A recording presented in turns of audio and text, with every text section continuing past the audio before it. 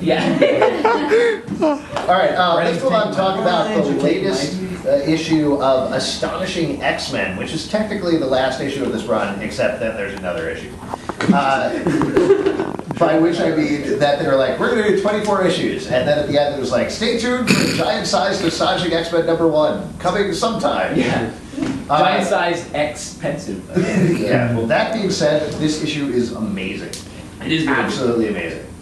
They've been setting up so much. This is by Joss Whedon, Alex's secret boyfriend, and he's been setting up so much through his run, and this is where it's like all paying off.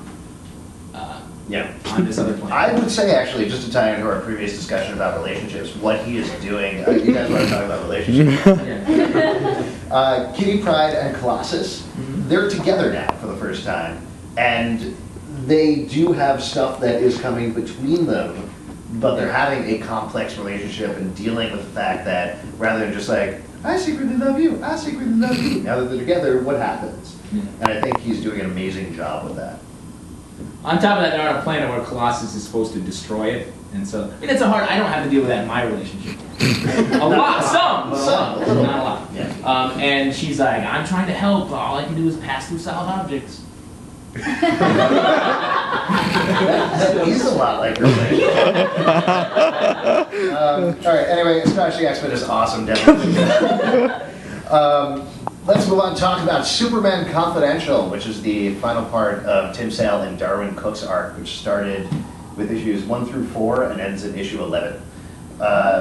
So how do you think it tied up? Great. The great team, the art's amazing on this. I finished reading it, and the two great stories. Well, I finished reading it, and I look at the next issue box, and it's like a bunch of guys wrestling Superman. It's like, oh man, what a bunch of shit. After a great issue, it's like, what's Jimmy Olsen gonna do? It's like, well, God, this is such a nice story. Are you okay? I'm upset about it because I was like, oh. Anyway, it's great. It's great. I mean, they're both great. Enjoy what you have. I'm trying.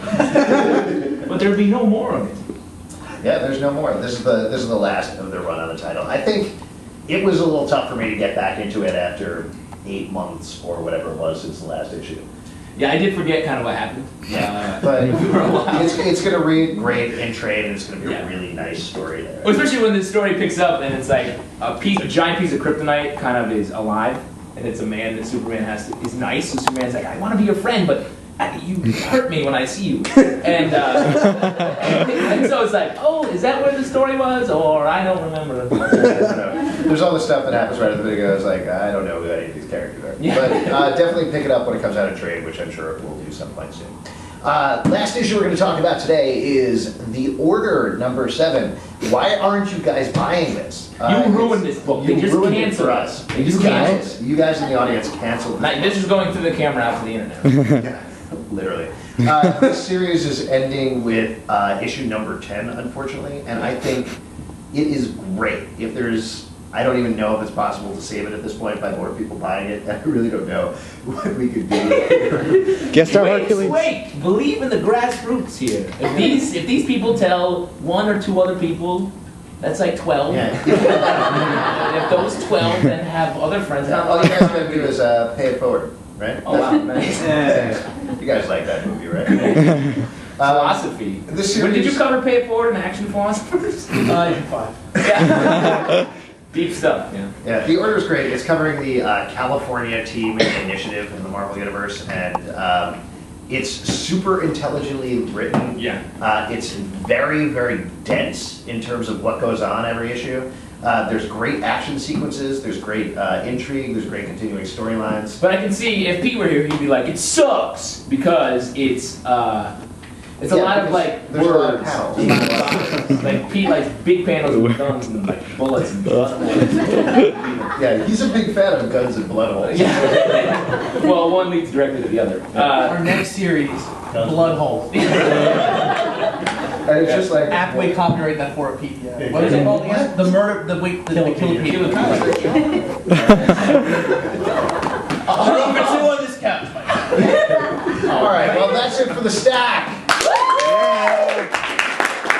All right, it's time for our next section, which is your audience questions. For that, we're going to bring out Booth Bag.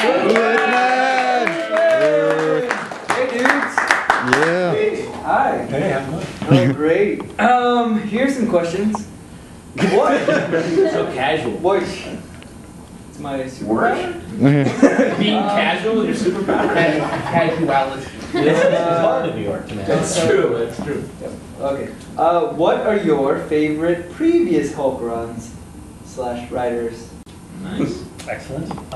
Bill Mantlo is one of my just childhood heroes. I loved Bill Mantlo stuff when I was a kid, and his run on the Hulk is awesome. He did the Crossroads storyline on the Hulk, where the Hulk was one other time when the Hulk trashed everything and was exiled to this time to the Crossroads, which was an extra dimensional portal whereby the Hulk would go to a bunch of other dimensions and possibly try to find a place to be. But Mantlo had a lot of great, just crazy ideas, a lot of heart, and I just loved his stuff. By the way, shameless and sad plug, Mantlo was hit by a car in the 90s and suffered brain trauma, and is now is in care. You know, needs care now. His brother sort of manages that and accepts donations. There's a book that was put out by David Yurkovich, a tribute book to Mantlo. And I think the website is sleepinggiantcreations.com. But that book benefits Mantlo's care and all that. So not to bring the tone down, but you know, if you dug the Hulk, if you dug Mantlo, or if you dug his runs on such tremendous properties as ROM and Micronauts. Love Rom the Space And if you want to throw some props to the creator of Cloak and Dagger, then you know, feel free to check out Sleeping Giant Creations. Sleeping Giant Creations. And the Rangers, right? They premiere in his Hulk run. This I don't know, actually. Oh yeah, you might be right. You might be right. The Texas Rangers, Texas Super. The baseball team. What about you? What's your favorite? I really like Bernie Wrightson wrote. I think he wrote. Maybe it was Jim Starlin wrote an amazing standalone graphic novel with the Savage Green Hulk and the Thing. When they go out into outer space and have wacky adventures, and Heater, that is amazing, and sort of a heavy metal type style. Yeah. Heavy metal? Yeah, it's completely off the charts. Insane. I have it. Oh, and it's also worth plugging. Marvel just released a big fancy hardcover of Peter David's two of his most beloved Hulk stories, the Hulk The End story and the Hulk Future Imperfect story. I think they're both together. Yeah, both great. Big hardcover. Yeah. I love the old when Peter David did the Pantheon. Oh yeah, that was one of my favorite runs. Cool. Yeah. You guys have already said pretty much everything I was going to say. I've been like, well, I'll say Crossroads. Oh no, you didn't say that. And then I was going to say the whole thing about it, and then you said that.